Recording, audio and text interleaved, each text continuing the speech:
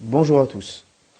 Alerte générale puisque le gouvernement post-Maïdan d'Ukraine voudrait faire parler de lui sur le continent africain.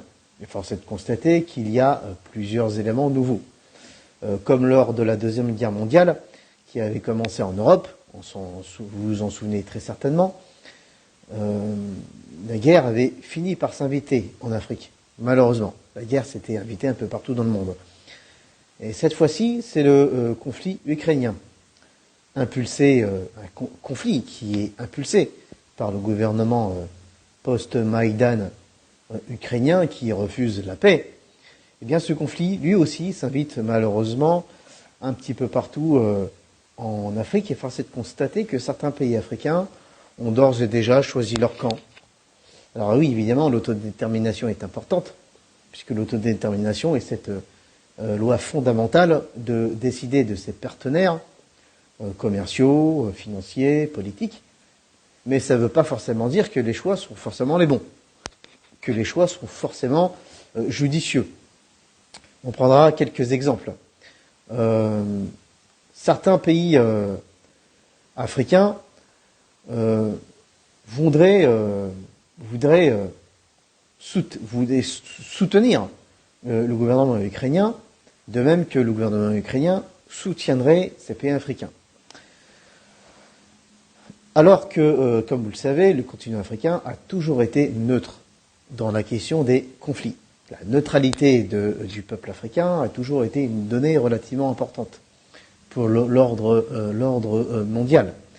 Il y a 7 éléments nouveaux, 7 éléments qui requièrent votre attention. Premier élément, c'est le fait que lors des votes pour la résolution du Conseil de sécurité, vous savez, c'était ces résolutions qui consistaient à condamner l'intervention russe en Ukraine. Bien, force est de constater que plusieurs pays africains avaient très justement prôné la neutralité. C'était la meilleure position politique et diplomatique. Deuxième élément, Kiev a annoncé ouvrir 6 autres ambassades en Afrique après l'ouverture de celle de la Côte d'Ivoire et de la RDC.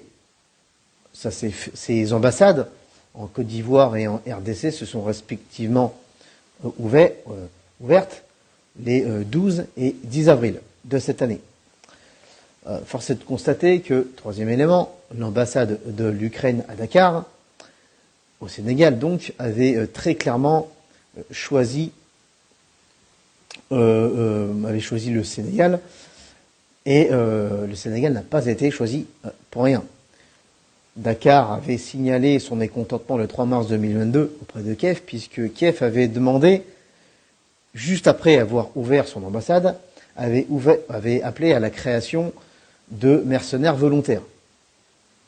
Ça nous surprend pas, puisqu'on sait que le Sénégal, peut-être que les choses vont changer après, depuis les dernières élections, on le verra, mais le Sénégal a toujours été le bon élève de l'impérialisme occidental. De même que la Côte d'Ivoire a toujours été un bon élève de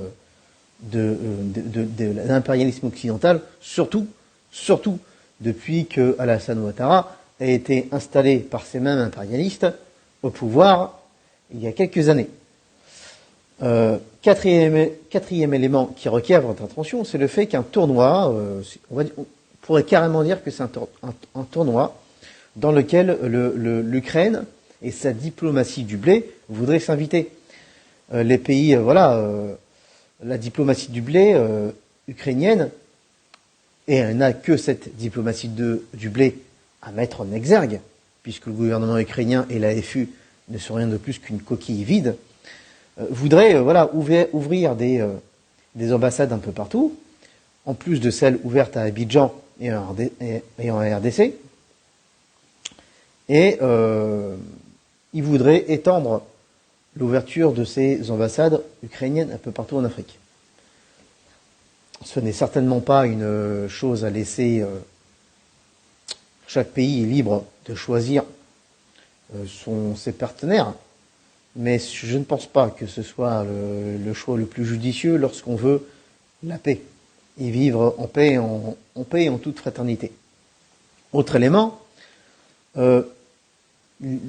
dernier point les deux derniers points sont une déclaration que je vais vous lire d'un expert du Centre international d'études politiques qui s'appelle Alain Cohn.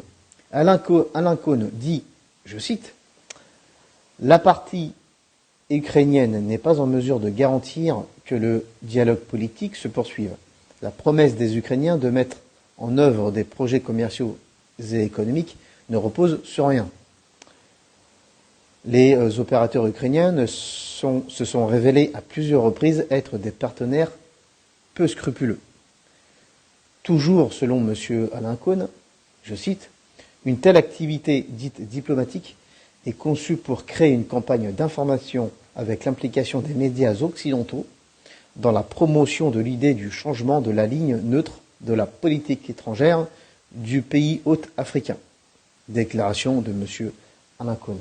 Alors, il est très clair que l'impérialisme occidental, étant ses métastases un petit peu partout, tente de conserver ces métastases de colonisateurs un peu partout en Afrique, mais comme l'impérialisme, comme le peuple africain se réveille et sont maintenant devenus le peuple africain est devenu une puissance, est en phase de devenir une puissance de ce monde, l'impérialisme occidental essaie de conserver ses colonies et de conserver ses métastases négatives, néfastes, en passant par ses